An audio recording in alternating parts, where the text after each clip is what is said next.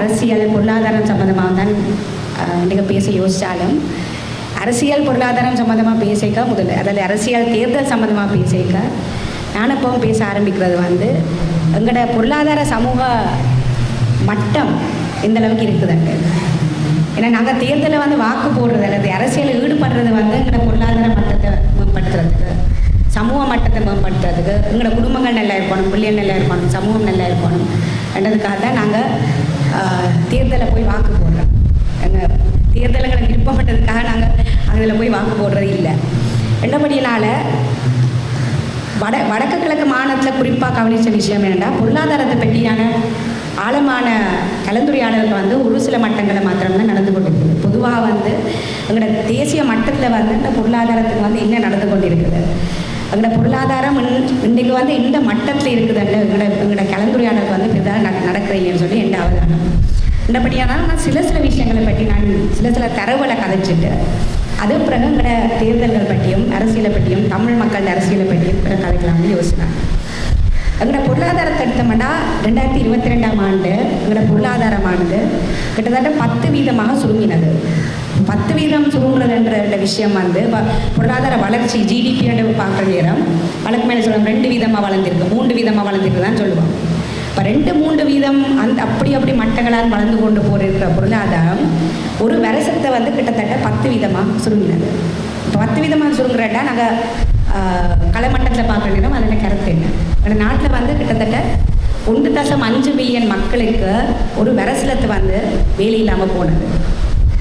அது வந்து இந்த பெரிய மட்டங்கள் இருக்கிற மக்கள் மாத்திரமில்லை, கூலி வேலை செய்கிற ஆட்கள், கட்டட தொழிலில் வேலை செய்கிற ஆட்கள், ஆடை தொழிற்சாலைகள், இப்போ கிளிநொச்சி முல்லைத்தீவில் வந்து ஆடை தொழிற்சாலை இருக்குது, அங்கே வேலை செய்கிற பிள்ளைகள், இவளுக்கு வந்து கிட்டத்தட்ட 1.5 மில்லியன் ஆட்களுக்கு வந்து ஒரு வருஷத்தில் வந்து தொழில் இல்லாமல் போன சூழ்நிலை தான் எங்களோட நாட்டில் வந்து காணப்பட்டது.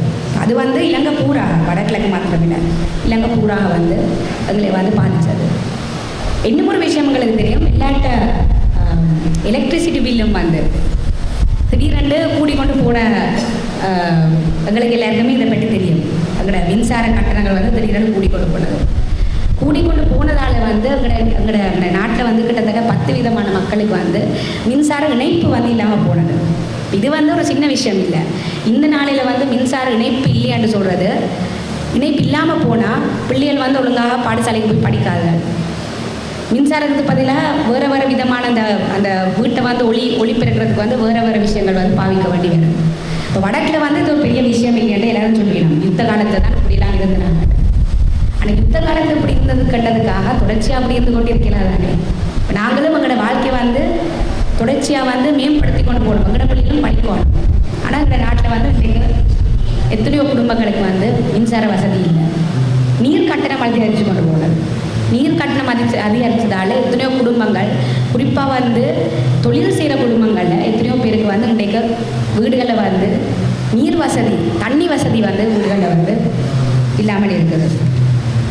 அதே போல தான் முல்லைத்தீவு, கிளிநொச்சி மாவட்டங்களை பார்த்து யாழ்ப்பாணம் மாவட்டத்தில் கூட போய் பார்த்தோம்னா இன்றைக்கு கிட்டத்தட்ட 20% மேற்பட்ட குடும்பங்கள் வந்து ஒழுங்காக சாப்பிட்ற இல்லை. அது வடக்கிலையும் அப்படி தான், கிழக்கிலையும் அப்படி தான், மத்திய மாகாணங்களையும் அப்படி தான், தெற்கிலையும் அப்படி தான். நிறைய குடும்பங்கள் வந்து ஒழுங்காக சாப்பிட்ற இல்லை. சில குடும்பங்கள் வந்து ஒரு வேளை சாப்பாடு மட்டும்தான் சாப்பிட்றது, அதுவும் சோறும் பரப்பும் மட்டும்தான். இப்போ நான் வந்து தொழிற்சங்கங்களில் வேலை செய்கிறேன். நான் இப்போ தொழிற்சங்கங்களை வந்து தொழிற்சாலைகள் இருக்குது, எத்தனையோ தொழிலாளர்களோடையும் அவையோட குடும்பங்களோடையும் வேலை செய்கிறாங்க. அவையோட போய் கதை கேட்க அவையில் என்ன சொல்லிவிடமாட்டா, எங்களோட காஸ்ட் ஆஃப் லிவிங் அது வந்து உயர்ந்து கொண்டு போகுது. ஆனால் சம்பளம் வந்து தொழிற்சாலைகளை பொறுத்த மட்டும், வேலைத்தலங்களை பொறுத்த மட்டும் சம்பளம் வந்து ஒரு சதமும் உயராமல் அப்படியே இருக்குது. அதனால் வந்து இன்றைக்கு நாங்கள் கடன் வாங்கி சாப்பிட வேண்டிய ஒரு நிலைமை வந்து எங்களோட மக்களுக்கு காணப்படுதான்னு சொல்லிக்கிறேன். இவ்வளவு களமட்டத்தில் நடந்து கொண்டிருக்க, கிரவுண்ட் லெவலில் வந்து ஒரு நடந்து கொண்டிருக்கு. எங்களோட பாராளுமன்றம் என்ன செய்யுது? பாராளுமன்றமும் எங்களோட அரசியல் கட்சிகளும் எங்களோட அரசியல்வாதிகளும் என்ன செய்யணும்? பாராளுமன்றத்தை எடுத்தப்படா 2023ஆம் ஆண்டு தொடக்கத்தில் எடுத்தப்படா முதலாவதாக வந்து அவையில் கொண்டு வந்த சட்டம் வந்து த பியூரோ ஆஃப் ரீஹாபிலிட்டேஷன் பில், அதாவது வந்து புனர்வாழ்வு பணிய சட்டம் என்ற ஒரு விஷயத்தை கொண்டு வந்துச்சு. இந்த புனர்வாழ்வு பணிய சட்டம்னா என்ன? எங்களோட பிள்ளைகள் வந்து அல்லது எங்களோட மக்கள் வந்து போதைப் பொருளுக்குள்ளாகினா அவர்களை வந்து நாங்கள் புனர்வாழ்வு கொண்டு போயிட்டு அந்த பணியாத்துக்குள்ளே கொண்டு போயிட்டு அவர்களுக்கு வந்து போதைப் பொருளிலிருந்து வெளியில் கொண்டு வர மட்டும் தான் சொல்லினோம். ஆனால் அந்த சட்டம் அமைக்கப்பட்ட விதத்தை பார்த்தோம்னா அதில் வந்து இராணுவம் இருக்குது. புனர்வாழ்வு பணியாத்தில் வந்து இராணுவம் இருக்குது. இராணுவத்தில் கட்டுப்பாட்டு கீழே தான் இந்த புனர்வாழ்வு பணியம் அமைக்கப்பட்டிருக்குது. புனர்வாழ்வு பணியாற்றுக்குள்ளே வந்து ஒரு ஆளை வந்து அனுப்பினா அடுத்ததான் அந்த ஆளை எப்படி வெளியில் வாரது, நாங்கள் அந்த ஆளை போய் பார்க்கலாமா இல்லையான்னு சொல்லி கூட எங்களுக்கு எந்த விதமான தெளிவும் வந்து அந்த சட்டத்தில் இல்லை. அதே போல் ஒரு புனர்வாழ்வு பணியாற்றுக்குள்ளே உள்ள ஒரு ஆளை போட்டுட்டு ஒரு கேம்புக்குள்ள ஒரு ஆளை போட்டுட்டு அவற்றிலிருந்து வலுக்கட்டாயப்படுத்தி வேலை வாங்குறதுக்கான சட்ட ஏற்பாடுகளும் இருக்குது. இப்போ அந்த சட்டம் வந்து நடைமுறையில் இருக்குது. நடைமுறையில் இருக்க சில குடும்பங்களுக்கு வந்து சொன்ன கதை என்னென்னா, புனர்வாழ்வு முகாமுக்குள்ளே வந்து தங்களோட பிள்ளைகளை போட்டுட்டு எந்த முகாமுக்குள்ளங்கிற பிள்ளைகள் இருந்தது சொல்ல கூட எங்களுக்கு தெரியாது. சட்டத்தண்ணியில் பிடிக்கணும், போலீஸை பிடிக்கணும், காசு கொடுத்து தான் எந்த முகாமில் அந்த பிள்ளைகள் இருக்கண்டு போய் கண்டுபிடிக்கணும். இப்போ நாட்டில் வந்து கிட்டத்தட்ட இந்த கடைசி காணாமலாக்கப்பட்ட ஆணைக்குழுவில் 25,000க்கு மேற்பட்ட மக்கள் காணாமல் ஆக்கப்பட்டன்னு சொல்லி ஒரு தரவு இருக்குது. அப்படிப்பட்ட ஒரு நாட்டில் இராணுவ கட்டுப்பாட்டுக்குள்ள புனர்வாழ்வு என்ற பேரில் இப்போ வந்து மக்களை வந்து அரசாங்கம் உள்ளுக்கெடுத்து கொண்டு போகுது. ஸோ அது முதலாவது சட்டம். ரெண்டாவது வந்து இந்த ஆன்லைன் சேஃப்டி பில்லுன்னு சொல்லி கேள்விப்பட்டிருப்பீங்க. அதாவது வந்து நிகழ்நிலை பாதுகாப்பு சட்டம். சிம்பிளாக சொல்ல வழிகட்டால் நிகழ்நிலை பாதுகாப்பு சட்டம்னா நாங்கள் வந்து இன்டர்நெட்டில் இல்லாட்டி ஃபேஸ்புக்கில் இல்லாட்டி வாட்ஸ்அப்பில் இல்லாட்டி இன்ஸ்டாகிராமில் இல்லாட்டி ட்விட்டரில் ஏதாவது ஒரு கருத்தை வந்து நாங்கள் போடணும்னா அந்த கருத்து வந்து போலியான கருத்து என்று கூறி அரசாங்கம் முடிவெடுக்குமானால் அல்லது புனர்வாழ்வு ஆணையம் முடிவெடுக்குமானால் மைக் ஓகேயா, புனர்வாழ்வு ஆணையம் முடிவெடுக்குமானால் அந்த தீர்மானத்திற்கு கீழே எங்களுக்கு வந்து தண்டனை கொடுக்கறதுக்கான ஏற்பாடுகள் இருக்குது. ஒரு உதாரணம் சொல்கிறேன். அண்மை காலத்தில் வந்து மவுனியால் உங்களுக்கு தெரியும், வடுக்கனாரி மலையில் ஒரு கொஞ்சம் தூரம் இப்போ கேட்குதா? ஓகேயா, ரைட் ரைட்டு. அண்மை காலத்தில் வந்து வடுக்கனாரி மலையில் வந்து ஒரு பிரச்சனையோடு போய் கொண்டு இருக்கிறோம். மதங்களுக்கு இடையான பிரச்சனை. தசாப்தங்களாக இந்து மக்கள் வழிபட்டு வந்த ஒரு இந்து கோயிலுக்குள்ள ஆர்கியாலஜிக்கல் டிபார்ட்மெண்ட், தொல்பொருள் ஆராய்ச்சி திணைக்களம், இது வந்து பௌத்த கோயில் ஒன்று இருக்குதுன்னு சொல்லி அதில் வந்து அவர்கள் தங்கட ஆர்கியாலஜிக்கல் சைட்டுக்குள்ளே வர ஒரு இடமாக வந்து அவர்கள் பிரகடனம் செய்தார்கள்.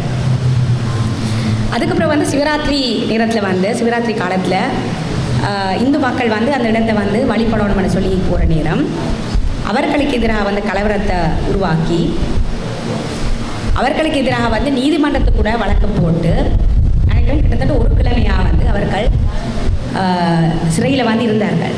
தண்டனை இல்லை, அவர்கள் வந்து பிணை கைதியாக வந்து வைத்திருக்கப்பட்டார்கள். இது வந்து ஒரு யாருடைய காணி, யாருடைய மத தலம் என்று சொல்லி ஒரு விவாதம் மட்டும் போய்கொண்டிருக்குது. இது வந்து இந்து மக்கள் தசாப்தமாக வழிபட்டு இந்து மக்களிடமா அல்லது ஆர்கியாலஜிக்கல் டிபார்ட்மெண்ட்டால் வந்து இது வந்து பௌத்த சமய இடமான்னு சொல்லி ஒரு விவாதம் போய்கொண்டிருக்குது. இதை பாய்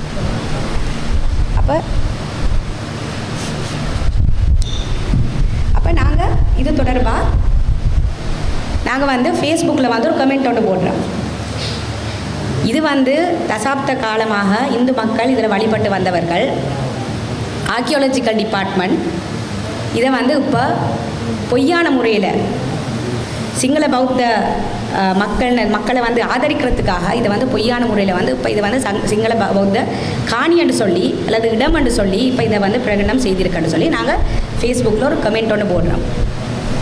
எங்களுக்கு எதிராக யார் ஒரு ஆள் இந்த புனர்வாழ்வு ஆணையத்தில் ஒரு முறைப்பாடொன்று போடினோம். இனங்களுக்கிடையே குரோதத்தை ஏற்படுத்துகிற மாதிரி இவ வந்து ஃபேஸ்புக்கில் ஒரு கமெண்ட் ஒன்று போட்டிருக்கான்னு சொல்லி எங்களுக்கு எதிராக ஒரு முறைப்பாடொன்று போடினோம். இந்த ஹியூமன் ரைட்ஸ் கமிஷனில் போய் முறைப்பாடு போடுற மாதிரி இப்போ புனர்வாழ்வு ஆன்லைன் சேஃப்டி கமிஷன் அதாவது நிகழ்நிலை பாதுகாப்பு ஆணைக்குழுட போய் நாங்கள் போய் ஒரு முறைப்பாடொன்று போடலாம். இந்த ஆணைக்குழு எங்களை கூப்பிடாம கூட விசாரணை ஒன்றை நடத்தி 24 மணித்தியாலத்துக்குள்ள நாங்கள் எங்களோட ஃபேஸ்புக் கமெண்ட்டை வந்து நீக்கணும்னு சொல்லி ஒரு தீர்மானத்தை வந்து எட்டலாம். இந்த ஆணைக்குழுக்கு அந்த அதிகாரம் இருக்குது. 24 மணித்தியாலத்துக்குள்ளே வந்து அந்த ஆணைக்குழு வந்து எங்களுக்கு அறிவிக்குது. 24 மணித்தியாலத்துக்குள்ளே வந்து நீங்கள் இந்த கமெண்ட்டை வந்து நீக்கணும்னு சொல்லி அறிவிக்குது. அது எப்படி அறிவிக்கிறது? போஸ்டால் அறிவிக்கிற இல்லை, ஃபேஸ்புக்கில் ஒரு மெசேஜ் ஒன்று அனுப்பலாம், இமெயில் ஒன்று அனுப்பலாம், அல்லது வாட்ஸ்அப்பில் வந்து ஒரு மெசேஜ் ஒன்று அனுப்பலாம். நாங்கள் தச்சமாக ஃபேஸ்புக்கு வந்து 2 நாளாக போகலை. அப்போ நாங்கள் அந்த மெசேஜை பார்க்காம விட்டுட்டோம். ஆணைக்குழு சொல்லி 24 மணித்தியாலத்தை வந்து நாங்கள் அந்த கமெண்ட்டை நீக்காமல் விட்டோம்டா எங்களுக்கு எதிராக வந்து நீதிமன்றத்தை வந்து வழக்கு தொடுத்து கிட்டத்தட்ட 5 வருட காலம் எங்களை வந்து சிறையில் வந்து இதுக்காக வைத்திருக்கலாம் என்று சொல்லி அந்த சட்டம் சொல்லியிருக்குது. ஏன் இதை சொல்கிறேன்னாண்டா, நாங்கள் சிறைக்கு போக முடியும், ஒரு கமெண்ட் போடுறதால சிறைக்கு போவோம்னு சொல்லி அதால் நான் சொல்லல. இப்படி தொடர்ச்சியாக வந்து நாங்கள் வந்து ஆன்லைனில் வந்து ஆக்டிவிசம் செய்து கொண்டு அல்லது அரசியல் ரீதியான செயற்பாடுகள் ஈடுபட்டு கொண்டிருக்கிற எங்களுக்கு வந்து தொடர்ச்சியாக வந்து ஆணைக்குள்ளே வந்து முறைப்பாடுகளை போட்டுக்கொண்டு தொடர்ச்சியாக எங்களுக்கு தொந்தரவு கொடுத்து கொண்டிருந்தால் நாங்கள் என்ன செய்வோம்? இனிமேல் எங்களுக்கு பிரச்சனை வேணாமட்டு நாங்கள் வந்து இன்டர்நெட்லேயும் ஃபேஸ்புக்லேயும் பிளாக்ஸ்லேயும் வந்து நாங்கள் இனிமேல் எழுத மாட்டோம். இப்போ இப்படி எங்களை மாதிரி செயற்பாடுகள் அரசியல் செயற்பாடுகளில் ஈடுபட்டு கொண்டு இருக்கிறவர்களுக்கு வந்து தொந்தரவு கொடுக்கறதுக்கும் நாங்கள் வந்து பேசாமல் இருக்கிறதுக்கும் எங்களோட வாய் மூடுறதுக்கு தான் இந்த நிகழ்நிலை பாதுகாப்பு சட்டம் வந்து அரசாங்கம் கொண்டு வந்து இப்போ பார்லிமெண்ட்டில் முடிஞ்சது. இப்போ பார்லிமெண்ட் அதை பாஸ் பண்ணியிருக்குது. அதே போல் எங்களுக்கு எல்லாருக்கும் நான் இதை பற்றி கதைக்க வேண்டிய அவசியம் இல்லை. பயங்கரவாத தடை சட்டம் எல்லாருக்குமே தெரியும். அரசியல் கைதிகள் இன்றைக்கு வரைக்கும் பயங்கரவாத தடை சட்டத்துக்கள் இருக்கிறோம். இந்த அரசாங்கம் வந்து இப்போ புதிய பயங்கரவாதத்துக்கு எதிரான சட்டத்தை வந்து கொண்டு வருது. இந்த புதிய பயங்கரவாதத்துக்கு எதிரான சட்டம் பயங்கரவாத தடை சட்டத்தை விட மோசமான சட்டம். அதில் வந்து எத்தனையோ புதிய ஏற்பாடுகள் காணப்படுது. சாதாரணமாக வந்து நாங்கள் தெருவில் இறங்கி போராடினாலும் எங்களை வந்து பயங்கரவாதி என்று பயங்கரவாத தடை சட்டத்துக்களை கொண்டு வரத்துக்கான பயங்கரவாதத்துக்கு எதிரான சட்டத்துக்களை கொண்டு வரத்துக்கான ஏற்பாடுகள் வந்து இந்த சட்டத்தில் வந்து இந்த சட்ட மூலத்தில் வந்து காணப்படுது. இந்த கிழமை எல்லாத்தையும் அடுத்த கிழமை வந்து பாராளுமன்றத்தில் வந்து இது வந்து சட்டமாக்குறதுக்கு கொண்டு வர போயினோம்னு சொல்லியும் வந்து எங்களுக்கு வந்து தகவல் வந்திருக்குது. அப்போ இப்படி அரசாங்கம் ஒரு பக்கம் வந்து பொருளாதார அடக்குமுறை நடந்து கொண்டிருக்குது. அடிப்படையாக மக்கள் வந்து இன்றைக்கு இலங்கை பூரா வந்து மக்கள் வந்து ஒருவேளை உணவு கூட ஒழுங்காக சாப்பிட்ற இல்லை. அப்படி பொருளாதார அடக்குமுறை ஒரு பக்கம் போய்கொண்டு பிள்ளைகள் வந்து ஸ்கூலுக்கு போகிற இல்லை, ஸ்கூலுக்கு போகாமல் வேலைக்கு போய் கொண்டிருக்கிறாங்க. காரணம் இன்னொரு ஆள் வந்து வேலைக்கு போனால் தான் அந்த குடும்பம் வந்து அன்றைக்கு வந்து சாப்பிட முடியும். அப்படியான சூழ்நிலை வந்து இலங்கை பூரா வந்து காணப்பட்டு கொண்டிருக்க நேரம் அரசாங்கம் மற்ற பக்கம் என்ன செய்யுது? இராணுவத்தினருக்கான பட்ஜெட் ஒதுக்கீடை வந்து அதிகரித்து கொண்டிருக்குது. நிகழ்நிலை பாதுகாப்பு சட்டம், பயங்கரவாதத்துக்கு எதிரான சட்டம் போன்ற சட்டங்களை வந்து கொண்டு கொண்டிருக்குது. மக்களுக்கு எதிராக வந்து அரசியல் ஒடுக்குமுறையை வந்து அரசாங்கம் தொடர்ச்சியாக வந்து அதிகரித்து கொண்டு போகுது. ஸோ இது வந்து நம்ம நாட்டுக்குள்ளே நடந்து கொண்டு இருக்குது. இவ்வளோ நாட்டுக்குள்ளே நடக்க இன்னும் ஒரு விஷயம் நடக்குது.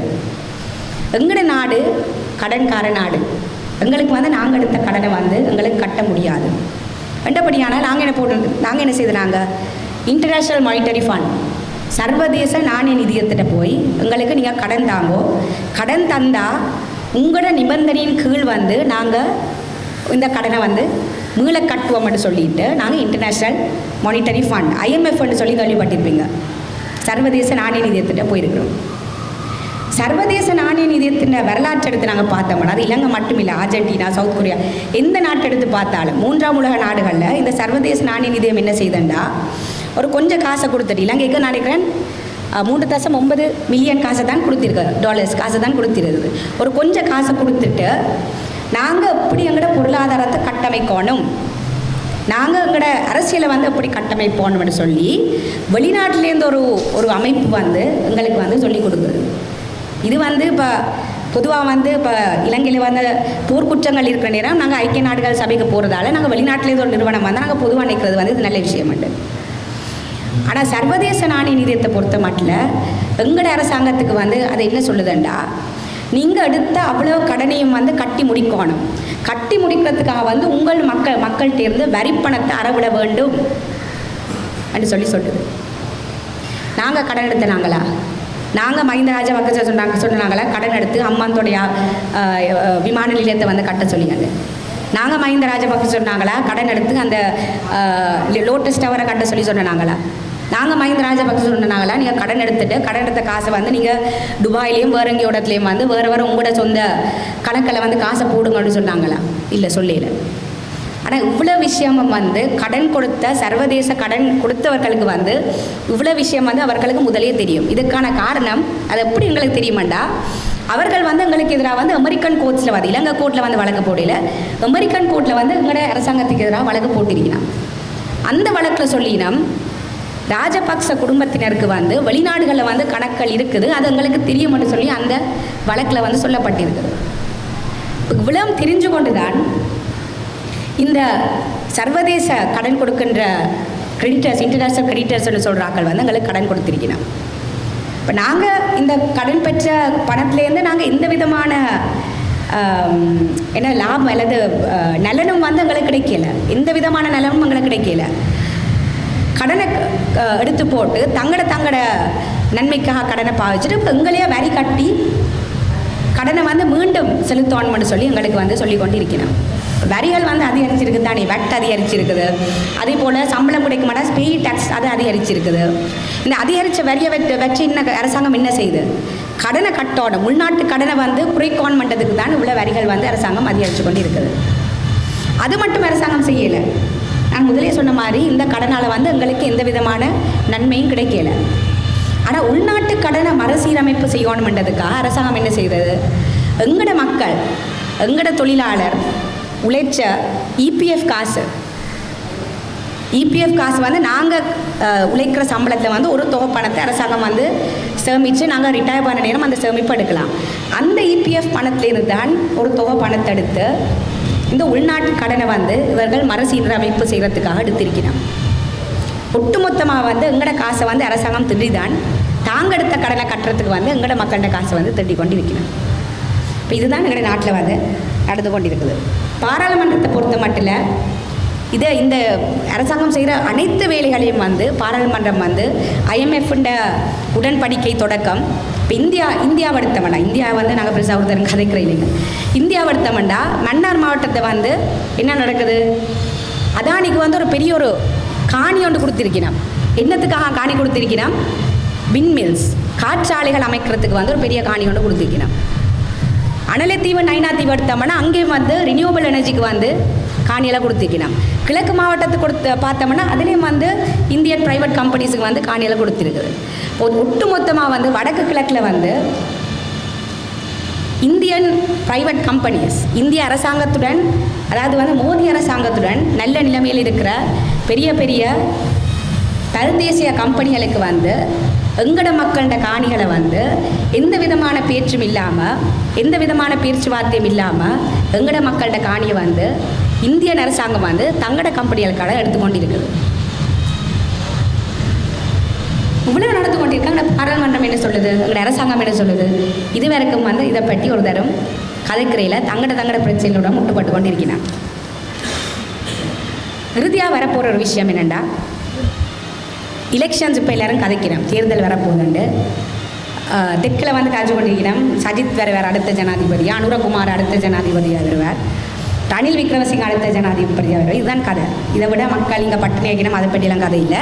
யார் அடுத்த ஜனாதிபதியாக வரப்போகிறது என்றுதான் கதை. அதை பற்றி மட்டும்தான் தெற்கில் கதை, யார் அடுத்த ஜனாதிபதியாக வரப்போயிடும். இப்படி ஒரு அரசியல் கருத்தாடல் ஒன்று போய்கொண்டிருக்க ஆக்டிவிசம் செயற்பாடுகளில் ஈடுபட்டு கொண்டிருக்கிற நாங்கள் வந்து அரசியலை பற்றி நாங்கள் இப்படி யோசிக்கணும். இவ்வளோ காலமும், அதாவது வந்து நாங்கள் 2015ஆம் ஆண்டு எலெக்ஷன்ஸ் எடுத்தோம்னா நல்லாட்சி அரசாங்கத்துக்காக நாங்கள் எல்லாரும் சேர்ந்து போய் நல்லாட்சி அரசாங்கம் வரணும் பண்ணுறதுக்காக வாக்களித்தோம். 2019ஆம் ஆண்டு எலெக்ஷன்ஸில் கோட்டாபய ராஜபக்ச வரக்கூடாதுன்றதுக்காக வந்து நாங்கள் எல்லோரும் போய் வாக்களித்தோம். இப்படி ஒவ்வொரு முறையும் வந்து நாங்கள் வாக்களிக்கிறது வந்து சரி, இவரை விட இவர் நல்ல பண்ணுறதுக்காக இவருக்கு வாக்களிக்கிறோம்ட்டு. ஆனால் அடுத்தவர் வந்து எங்களுக்கு தமிழ் மக்களுக்கு, முஸ்லீம் மக்களுக்கு, மலைய மக்களுக்கு வந்து என்ன செய்ய போகிறாருன்னு சொல்லி நாங்கள் சிந்திச்சு வந்து நாங்கள் வாக்களிக்கிறோம். இல்லை சரி, கோட்டாபய ராஜபக்ச வரக்கூடாது, அதால் வந்து மட்டாக்களுங்க நாங்கள் ஒரு சரத் பொன்சேகா கூட வாக்களிச்சுறாங்க. அந்தளவுக்கு தான் எங்களோட அரசியல் வந்து என்னென்னா அதான் எங்களோட நிலைமை. அது இப்போ பிள்ளைசரியை விட வந்து அதான் எங்களோட நிலைமை. ஆனால் இந்த முறை எலெக்ஷன்ஸ், இந்த முறை தேர்தலில் வந்து எங்களுக்கு வந்து பொது எதிரி என்று சொல்லி அப்படி ஒரு கேரக்டரும் வந்து இன்னும் வரையில. ராஜபக்சர்கள் வந்து இந்த முறை பெருசாக நான் நிற்கல எலெக்ஷன்ஸை இப்போதைக்கு இது வரைக்கும் நிற்கிற மாதிரி இல்லை. எங்கள் தமிழ் மக்களை பொறுத்த மட்டும், முஸ்லீம் மக்களை பொறுத்த மட்டும், மலைய மக்களை பொறுத்த மட்டும், இது எந்த சொந்த கருத்து. எங்களுக்கு வந்து இது வந்து ஒரு அரசியல் வெளியொண்டு வந்திருக்குது. உண்மையாகவே வந்து எங்களோட அரசியலை வந்து நாங்கள் எப்படி தேர்தல் அரசியல் மாத்திரமல்ல, களமட்ட அரசியலை வந்து நாங்கள் எப்படி வடிவமைக்க போகிறோம். நாளைக்கு தேர்தல் வந்து ஒரு கேண்டிடேட் வந்து பாராளுமன்றத்துக்குள்ளே போனால், ஒரு ஜனாதிபதி வந்து நாங்கள் ஒரு தேர்தல் மூலம் தேர்ந்தெடுக்கப்பட்டால் அவர் வந்து நாங்கள் சொல்கிறது வந்து அப்படி அவர் கேட்க போகிறார். ஜனாதிபதி ஒரு நாள் கேட்க போகிறது இல்லை. அதனால தான் ஜனாதிபதி முறைமையை நாங்கள் ஒழிக்கணும், அது வேறு கதை. ஆனால் ஒரு ஆள் வந்து ஒரு தேர்தல் மூலம் கூட வாக்கு எடுத்துகிட்டு வந்து பாராளுமன்றத்துக்குள்ளே போகிற நேரம் அவர் வந்து பாராளுமன்றத்துக்குள்ளே போன அப்புறம் வந்து அதுக்குள்ளே வந்து டீல்ஸ் போடாமல் எங்களோட மக்களோட போராட்டங்களை வந்து பாராளுமன்றத்தில் வந்து எவ்வாறு பிரதிபலிக்க போகிறார் என்றது பற்றி நாங்கள் இந்த முறை என்றாலும் நாங்கள் கலந்து ஆலோசிக்கணும். இதை பற்றி ஒரு 3 கிழமைக்கு முன்னால் தமிழ் மக்களோட தேசிய பிரச்சனைன்னு சொல்லி தெற்கில் வந்து ஒரு கலந்துரையாடல் நடந்து கொண்டிருந்தது. இப்போ நானும் அதில் வந்து பங்கு கொண்டேன். அதில் வந்து 1965ஆம் ஆண்டு காராலசிங்கம் என்று சொல்லி LSSP லங்கா சமசமாஜ பார்ட்டியில் இருந்த ஒரு தமிழ் இடதுசாரி செயற்பாட்டாளர் ஒருவர், அரசியல்வாதி ஒருவர் எழுதியிருக்கிறார். தமிழ் மக்கள் வந்து எங்களோட உரிமைகளை வந்து நாங்கள் வெண்டெடுக்கணுமெண்டா நாங்கள் மட்டும் எங்களுக்குள்ளே போராடி வந்து உரிமைகளை வெண்டெடுக்க முடியாது. அதுக்கான காரணம் நாங்கள் இவ்வளவுதான் திறமாக போராடினாலும் நாங்கள் இன்னுமே வந்து சிறுபான்மை மக்களாகத்தான் இருக்கிறோம். 8% இல்லையாங்கிற எங்களோட சனத்தொகையோட பாப்புலேஷன் 8% மக்களுக்கு வந்து 8% மக்கள் மாத்திரம் தனியாக போராடினா 70% சிங்கள பௌத்த மக்களோட ஆதரவு இல்லாமல் வந்து எங்களோட கோரிக்கைகளை வந்து நாங்கள் ஒரு நாளும் வென்றெடுக்க முடியாது என்று சொல்லி அவர் 1965ஆம் ஆண்டு வந்து எழுதியிருக்கிறார். அதை வாசிக்கிற நேரம் அதை வந்து இன்றைக்கு யுத்தம் முடிஞ்சு இத்தனை இத்தனை வருடங்களுக்கு பிறகும் எந்த விதமான தமிழ் மக்களோட வாழ்க்கை தரத்தில் வந்து எந்த விதமான முன்னேற்றம் இல்லை. தொடர்ச்சியாக வந்து எங்களோட காணிகள் வந்து பறிக்கப்பட்டு கொண்டு போகுது. எங்களோட விவசாயிகளோட காணிகள் பறிக்கப்பட்டு கொண்டு போகுது. எங்களோட தொழிலாளர்களோட கடன் வளங்கள் வந்து எங்களுக்கு மறக்கப்பட்டு கொண்டு போகுது. இப்படி ஒரு நிலைமையில் வந்து எங்களோட உரிமைகளை வந்து பெற்றெடுக்கிறதுக்காக என்ன மாதிரியான அரசியலை வந்து நாங்கள் கட்டமைக்கணும், அதை வந்து சிங்கள பௌத்த மக்களுடன் சேர்ந்து நாங்கள் எப்படி எங்களோட அரசியல் பயணத்தை வந்து முன்னெடுக்கணும் மட்டும் தான் நாங்கள் யோசிக்கணும் மட்டும் தான் எனது கருத்து. அதை நாங்கள் தொடர்ச்சியாக கலந்து ஆலோசிக்கலாம். 2-3 விஷயங்கள் 2-3 யதார்த்தங்கள் இருக்குது. முதலாவது வந்து தெற்கில் வந்து இனவாதம் என்ற விஷயம் வந்து இன்னுமே போகலை. இன்னுமே இனவாதம் என்ற விஷயம் இருக்குது.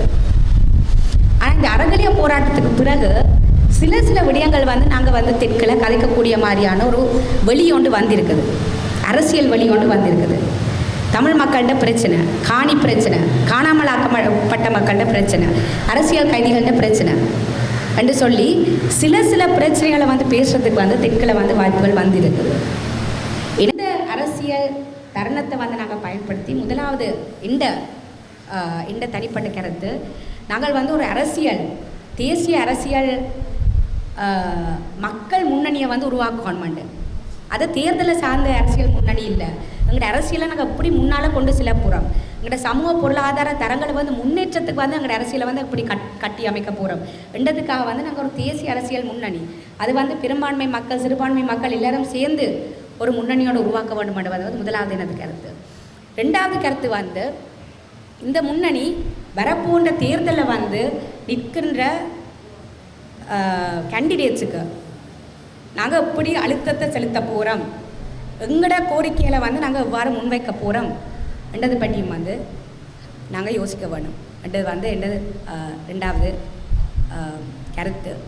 3வது கருத்து வந்து வல்லமை ஸ்பேஸ் போன்று இது வந்து சமூக விடயங்களை பற்றி கழிச்சாலும் பொருளாதார விடயத்தை பற்றி கழிச்சாலும் சமூக பொருளாதார கலந்துரையாடல்கள் இருந்து தான் அரசியல் பலமும் வந்து எங்களை கட்டக்கூடிய மாதிரி இருக்குது. இப்போ நாங்கள் வந்து இங்கே பொருளாதாரத்தை கழிச்சு கொண்டிருக்கிறோம், பெண்களோட உரிமைகளை பற்றி கழிச்சு கொண்டிருக்கிறோம், பெண்களோட பாதுகாப்புகளை பற்றி கழிச்சு கொண்டிருக்கிறோம். ஆனால் இந்த கலந்துரையாடல்கள் மூலம்தான் எங்களுக்கு வந்து ஒரு அரசியல் பலத்தை வந்து கட்டியமைக்கக்கூடிய ஒரு களம் வந்து உருவாகுது. பெண்ணியை பொறுத்த மட்டும் இப்படியான ஒரு ஸ்பேஸில் கூட நாங்கள் வந்து வருங்காலத்தில் நடக்க போகின்ற தேர்தல்கள் எங்களோட அரசியல் முன்னெடுப்பு என்ன போன்ற விஷயத்தை பற்றி நாங்கள் இந்த ஸ்பேஸில் கூட நாங்கள் இந்த ஸ்பேஸில் இருந்து நாங்கள் கலந்தாலோசிக்க ஆரம்பிக்க வேண்டும் என்றுதான் என்ற கருத்து. வேறு கேள்விகள் இருந்தால் நாங்கள் பிறகு எடுப்போம். நன்றி.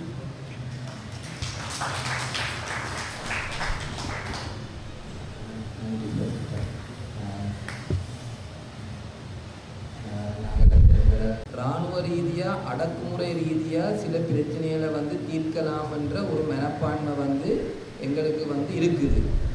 அதில் எனக்கு ஒரு யோசனை இருக்குது.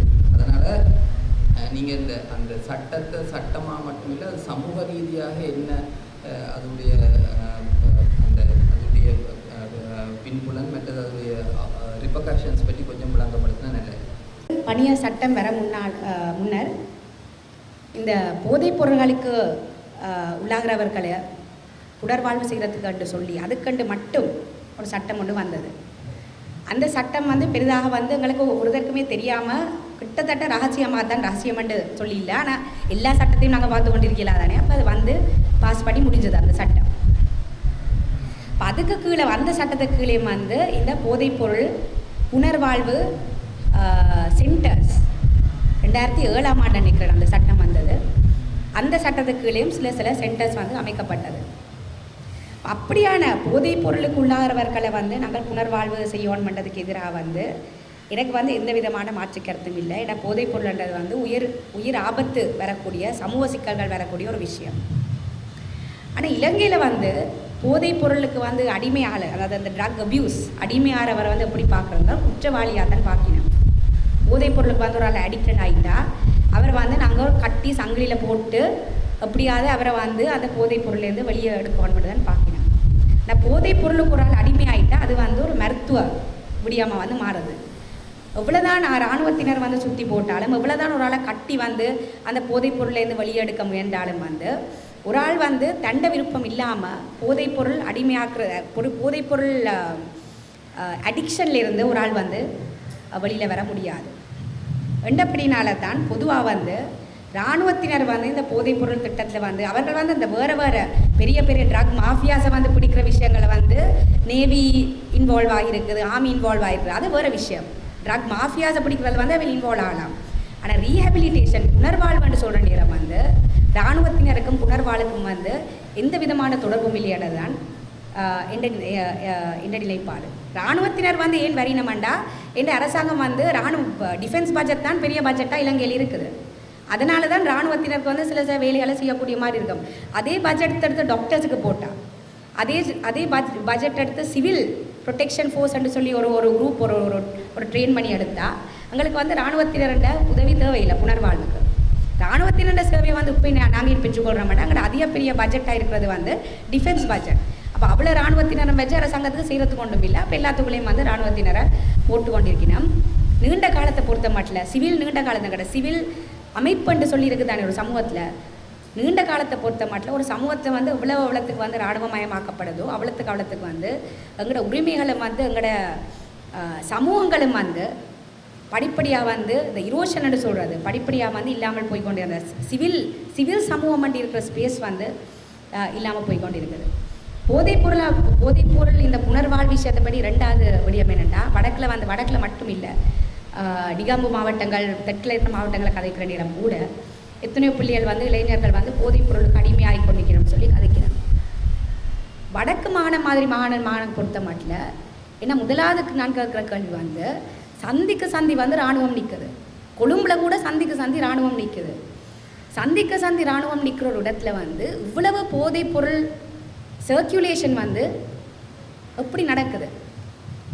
நாங்கள் வந்து எண்ட் யூசர்ஸை பிடிச்சி கடைசியாக போதைப்பொருள் பாவிக்கிற அந்த சின்ன பிள்ளையை பிடிச்சி போய் இந்த புனர்வாழ்வு பணியத்தில் போயிட்டு என்ன மாதிரியான ட்ரீட்மெண்ட் கொடுக்கலான்னு சொல்லி கூட எங்களுக்கு தெரியாது. நாங்கள் அதில் வந்து எங்களுக்கு அதை ஓப்பனாக அதை டிஸ்க்ளோஸ் பண்ணுற இல்லை. ஆனால் போதைப்பொருள் சர்க்குலேஷனுக்குள்ளே எப்படி வாரது, அவர்களை ஏன் பிடிக்காமல் இருக்கிறோம்? ஏன்னா இன்னும் போதைப்பொருள் வந்து எங்களோட சமூகத்தில் வந்து சர்க்குலேஷனில் இருக்குதுன்ற அந்த டிஸ்கோர்ஸ் வந்து நாங்கள் வந்து ஆரம்பிக்கணும். ஏன்னா அதெல்லாம் இராணுவத்தினருக்கு பங்கு இருக்குது. அதெல்லாம் இராணுவத்தினருக்கும் நேவிக்கும் வேறு என்ன சொல்கிற ஸ்டேட் ஃபோர்ஸஸுக்கு வந்து அதெல்லாம் பங்கு இருக்கொழிய புனர்வாழ்வுன்ற ஸ்பேஸில் வந்து ஸ்டேட் ஃபோர்ஸஸுக்கு வந்து பங்கு இல்லையது தான் என் நிலைப்பாடு. தெற்கில் வந்து 2-3 கேஸஸை பார்த்தோம்னா போதைப்பொருள் இந்த யுக்தியான்னு சொல்லி ஒரு புதுசாக ஒரு ஆப்ரேஷனோட தொடங்கியிருக்கிறான் தேசபந்துக்கு கீழே அங்கே புதுசாக வந்து ஐஜிபிக்குள்ள.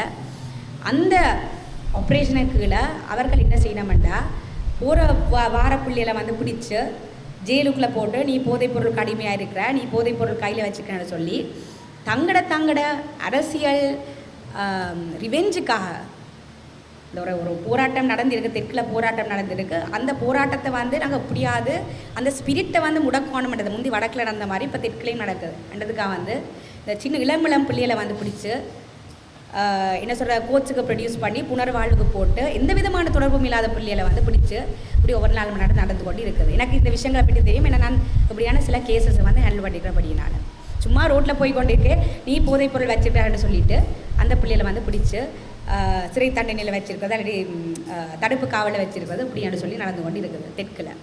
எனவே இப்படியான சில போதைப் பொருளை பற்றி நாங்கள் கதைக்கிற நேரம் வந்து நாங்கள் முதலாவது பார்க்குற வந்து எத்தனையோ பிள்ளைகள் வந்து எத்தனையோ இளைஞர்கள் வந்து இந்த போதைப் பொருளுக்கு அடிமையாகி எங்களோட சமூகம் வந்து சீரழிஞ்சு போகுது.